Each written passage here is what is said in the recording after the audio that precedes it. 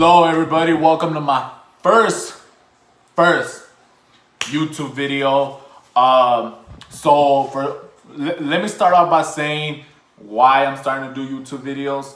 So recently, a girl at work, shout out to,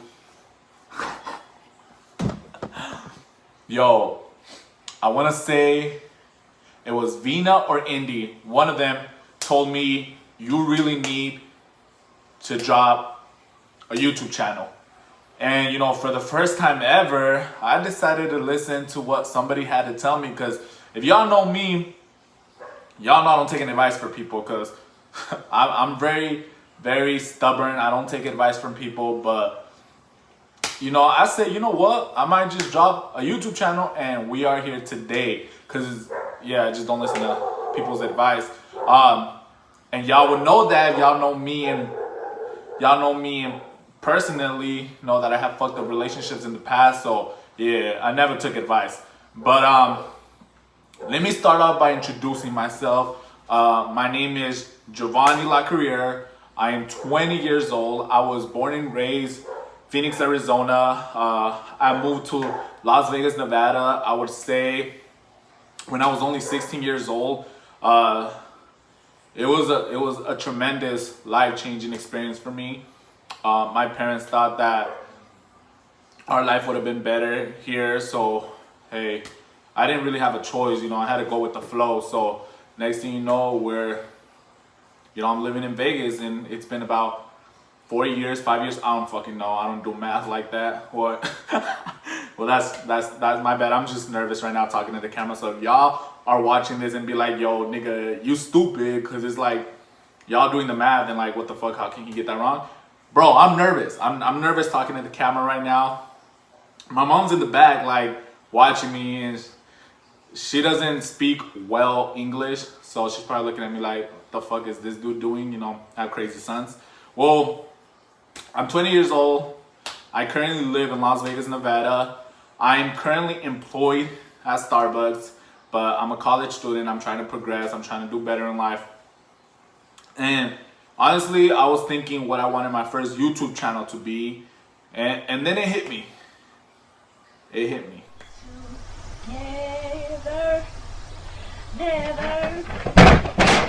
It hit me like that. I decided to talk about my childhood and growing up.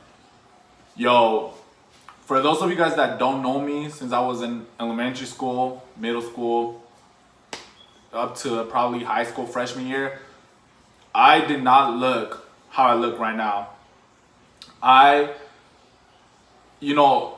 I would say elementary school was the worst for me.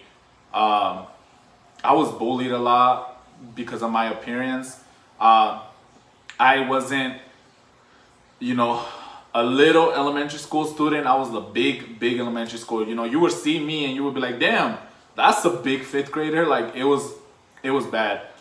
Not only because I'm tall, for those of you guys that don't know me, I'm 6'1", and so I've always been tall my whole life. I've always felt like I was the tallest kid in class, and when the teacher would make me a line leader, I would not want to be a line leader, because then you see the tall kid walking all these little kids, and I wasn't there. So I was able to gather a few photos of the remaining photos that I still have of how I used to look like, so you guys can kind of get a glimpse. And I'm gonna try to show it right now, but if it works, if you guys can see it. But this is, that was me, whether you guys believe it or not. This was me probably like in 5th grade or 6th grade. I'm not sure. I don't remember. That was me when my mom wanted to take me like a photo shoot, but it was really just in the living room with like a curtain hanged up in the back. It was bad, man. I was a Spider-Man fan, and I was awkwardly posing because I was always fat. And if you guys see, I used to wear glasses, so you can kind of see the tan. This was when I got my first camera. I didn't know I didn't know about eyebrows are us. So you can see my eyebrows were like a mess, and I didn't know chapstick. Yo, my double chin was on the way. I have in total, I have like 10 siblings, but this is, the ones that were closer to my age. As you can see, I was like almost like the fattest one. So yeah, those are a few photos I have. I was not always in shape, and even to this day, I really let myself go a lot. With school and work, I don't have time in between to, hit the gym or, even do some, like, a few cardios. Like, I'm very much slacking in it, although I am trying to improve. But what I want this message to reach a bunch of people that, some of you guys were not bullied probably in elementary school or middle school. Some of us pretty much had it easy, because I've witnessed it a lot, that, you were in the soccer team, that you were like praised, like, oh, he's in the soccer team, he's cool, football team. And it's just like, I've always wanted to try to fit in. And I was always like, I feel like the outcast. And I don't want anybody to feel empathy for me. It's really not about that. It's just that you guys need to know that some of your guys' words actually stuck to me to this day. That whatever you tell somebody, you don't know how much of a impact it can make in their lives, whether it's a joke or not. Like, you guys need to understand that sometimes words do hurt. And I'm not trying to sound like a little bitch in the camera, but I was a 10-year-old boy, and when somebody called me fat and all this shit, that, yeah, it stuck to me. And I started working out. I started getting back in shape. I would sometimes skip meals, and my mom started questioning that. I started getting therapy around probably at the age of 15. And so they took it as a sickness. I took it as, I'm just trying to get in shape. Like, I didn't think it was as bad as, they made it sound to be. And now that I think about it, it was wrong for me to skip meals. It was wrong for me to not want to eat because I didn't want to gain weight or throw up in the bathroom just because I didn't want the food I had ate done an impact into my system or body. So yeah, it was pretty much tough growing up. So here's the story, right? When I wanted to lose weight, my mom wanted me to try out for the soccer team, and I still remember oh shit, my bad, camera dropped. There we go. It was for Desert Sands. I was gonna fall again. Fuck. Yo, I wasn't prepared for this. I should have bought, like, I don't know, something to hold my phone. But right now it's like with the cup. But yeah, back to that. I still remember Desert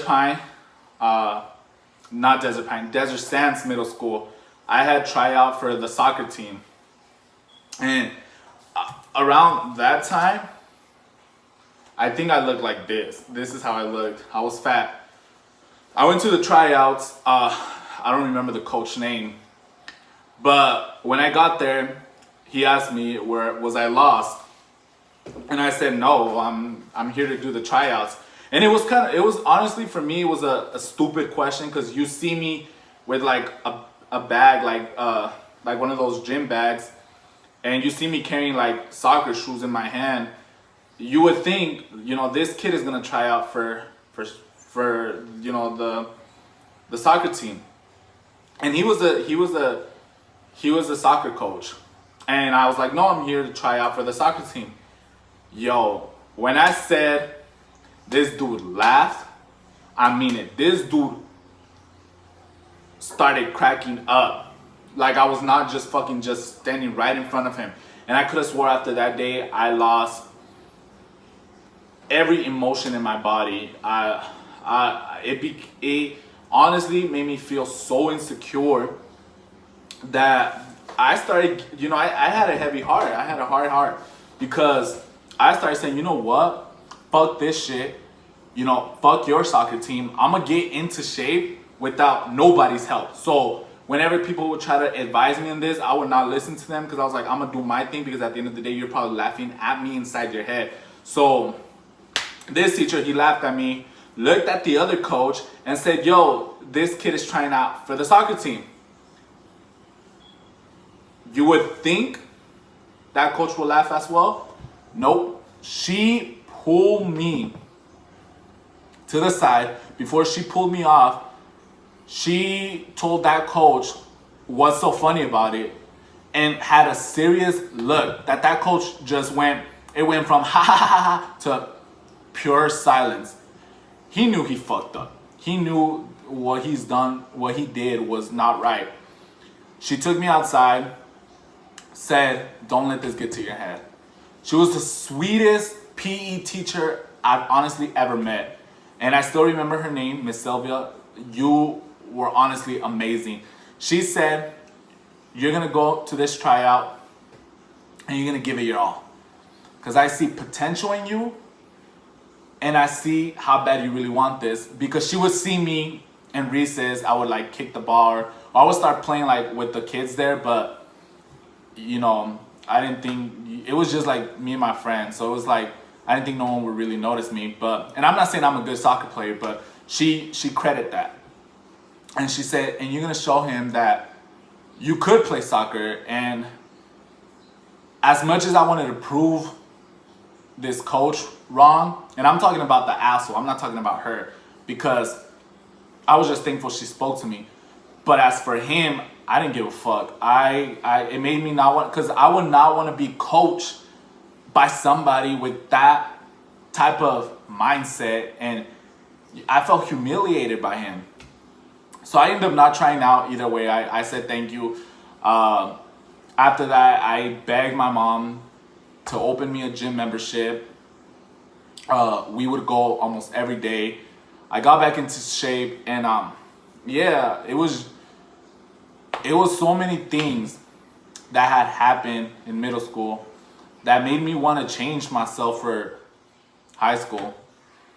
And also the other day at work, Emily, you know who you are.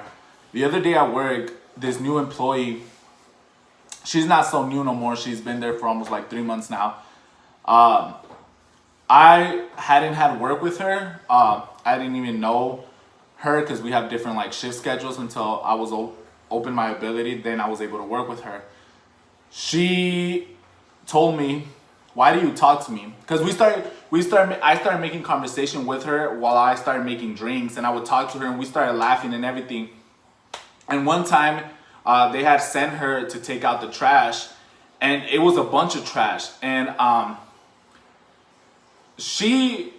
the way she considers herself, she considers herself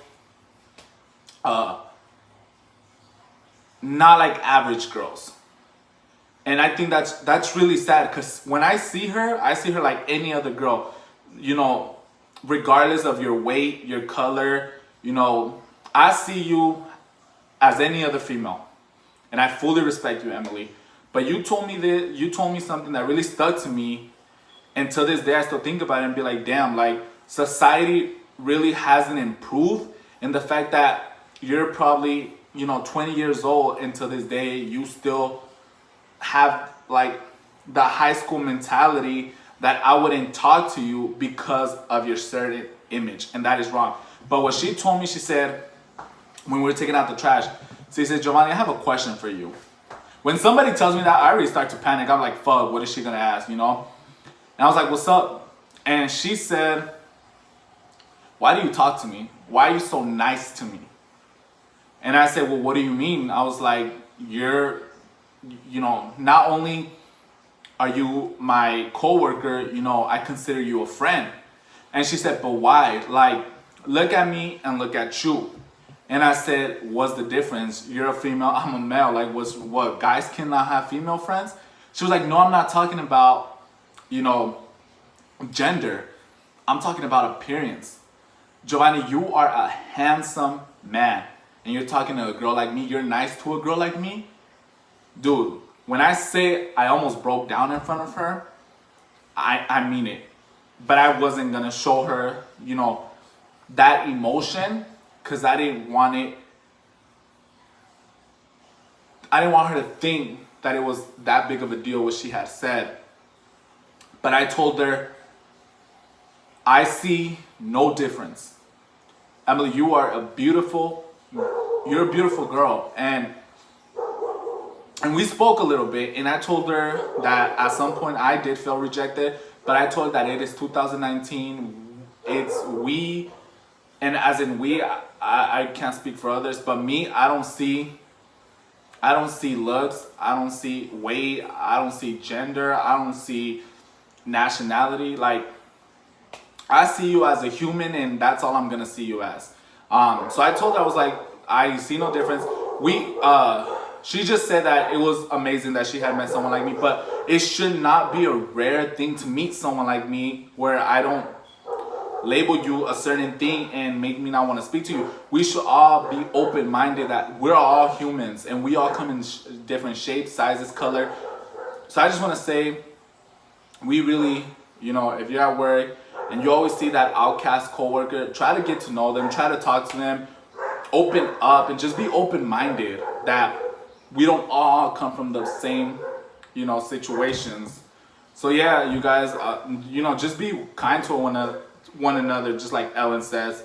And, and everyone's beautiful, honestly. Everyone's deserves to be respected. Everyone deserves to be treated like humans. And thank you guys if you guys stayed to watch the whole video. But this is gonna be my first YouTube video. I know it was kind of like I was going back and forth, but like I said, I'm nervous. Hopefully in the second video I would be more comfortable in talking to a camera, because I'm in a room by myself and I wish I could just be answering live questions, but I'm not there yet.